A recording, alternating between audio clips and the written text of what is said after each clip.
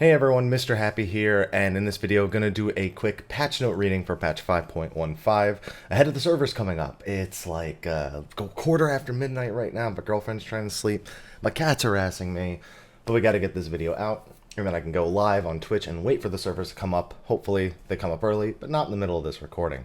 So patch 5.15, the two primary features of this patch are going to be the update to Blue Mage, in which their level cap is going to be increased to 60. There's going to be a new Mass Carnival stage. There's going to be the Blue Mage log, and there's going to be some new Blue Mage specific achievements. On the PvP side, a new map and mode, the Ansal Hakar, also known as the Danshig Nadam, is going to be incorporated as well, which is kind of like a play on the Seal Rock mode, if you've played that in PvP. Without further ado, I got coffee here to drink. I've been running around all morning. Let's get started. So, new job quests have been added for Blue Mage. This is mostly going to be story-related stuff, although I have peeked at these patch notes before this recording, and there is one Mass Carnival stage that is going to be required. It requires certain progress into the Blue Mage job quest. So we have Into the Blue again, something borrowed, something blue, and then a bunch of question marks, which lead up level 55, 58, 60, and a second one at level 60. For anyone playing on the Japanese data centers, they've had their housing demolition, their auto demolition halted. This happens occasionally whenever there's things like earthquakes or natural disasters that can lead to people not being able to log in for extended periods of time. That's going to be resuming in patch 5.15. New furnishings have been added.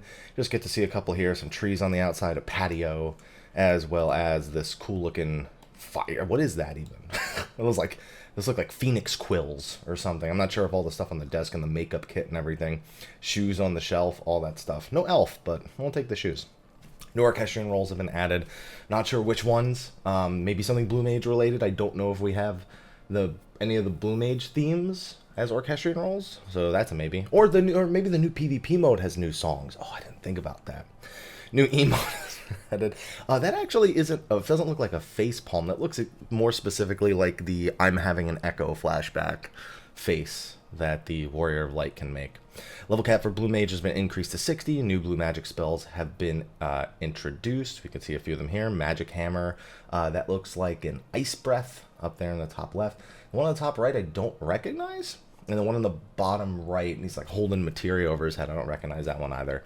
Could be totem spells, ones that are unique to Blue Mage. Mighty Guard had its enmity generation increased. It says a new stage, meaning only one. I wonder if it's like a significant improvement over Azomagia, if there's something special about that stage. As it only says there's a single one. The Blue Mage log has also been added. This is where there's a list of 62 different duties that you can tackle. You can kind of see it at the bottom of the screen. And if you tackle them as all Blue Mage, then you get progress for your Blue Mage log. There's going to be rewards for those, both for first-time completions as well as weekly prime targets, which we'll talk about here in a little bit. And the Blue Mage log specifically requires you to do one of the level 60 quests that we were scrolling through before. So I personally am planning to power level to 60, do all the job quests, learn the spells, and then go through the Blue Mage log after that. So you can get a little peek of it right here, 62 different ones. Now, it looks kind of like a party finder or a duty finder, but it functions more like a party finder. You can see that at the bottom right, on the right side, you can see the rewards. And at the bottom right, you can see recruit members or commence duty. Commence duty implies you already have all the party members you need and should not be conflated with a duty finder-esque feature. Recruit members should make a party finder tab for you to find other Blue Mages to do this content with. Now, using the Blue Mage log, the party fulfills the Blue Mage log requirements for this duty. If you don't see this, exit and go back in. A lot of them are going to require you to do them synced, so don't be trying to cheese them unsynced, especially because it specifically says completion of duties will only count towards Blue Mage log progress if party meets the size requirement, meaning if you do it undersized, it will not count.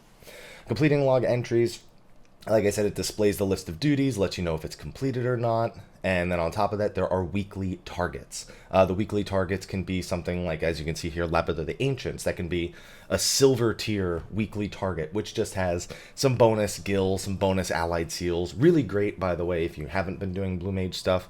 You can buy Aetheryte tickets with allied seals, which allow you to eliminate the cost of teleports. You can use it to buy ground mount speed increases for the Realm Reborn zones if you don't have those yet. And Poetics have another variety of uses, especially if you're leveling Alternate alternate jobs. Blue Mage is a very reliable weekly source of that, and that's going to be, looks like it's going to continue being the trend, at least for the time being. There's also a gold prime target, which is a challenge that is not normally available on the Blue Mage log. So it's not just selecting one of the challenges there, it's actually a completely different challenge altogether, and something you won't see very often. So for example, in this screenshot, we see Titan Extreme is the weekly prime target. Now, otherwise, the Naval Extreme is not one of the options on this. So every week, if you wish to, you can try to look for groups to take that on, and that should have even more Allied Seals, Gil, and Poetics as a reward. Going down a little bit further, it skips over to Frontlines at this point to talk a little bit about the Ansal Hakar, or the Danshig Nadam. Now, this is being added to Frontlines, and again, it's not really that much different than Seal Rock, so much so that they even tell you to review the rules of Seal Rock in order to understand how the Danshig Nadam works. Now, there are some things that can happen a little bit differently here, or things that do happen a little bit differently. And it's, again, another 72-player battleground that we have with the 3 different teams as it falls under Frontlines. So in Seal Rock, you have to claim tomeliths, and when you claim the tomelith, you have to fight over controlling it. If somebody else can approach it and fully activate it, then they can start the process of taking it away from the team that has it. In this, you're fighting to claim the Uvus, which, if you've done the quest for the Nadam in the Azim Steppe, is actually very similar. The big difference here is that the Uvu actually goes from inactive to activating to active, and once it's active and claimed, fully claimed, as you can see here with a flag, it cannot be seized by the opposition, meaning that that you're fighting to claim it initially, but that once it's been claimed, you can go to other locations on the map and fight for the other Uvus. So a little bit different than what we're used to in regards to activating them the previous ways in Seal Rock, and I'm still reserved. I don't really know how that's going to pan out. There are also multiple ranks of the Uvus. You have a B, an A, and an S, very similar to Seal Rock, and the higher tier ones are worth more points. Those should be a higher priority when you are fighting for points on the map. Changes during battle, number of Uvus that can simultaneously activate will decrease, so there'll be less and less of them, but they are also more likely to be higher ranks. You can also increase your tactical rating towards victory by defeating other players, and all the other recent PvP changes that have been made are going to be relevant inside of the new mode. Seal Rock was my favorite mode. I'm very curious to see if I like this one, and just so we know if I'm curious, they're actually going to be replacing the Daily Challenge Frontline entirely with the Ansal Hakar for the near future. I was kind of surprised to see this because while people tend to prefer Seal Rock over the other 2 modes, again, it's an opinionated thing, but it's the more common trend.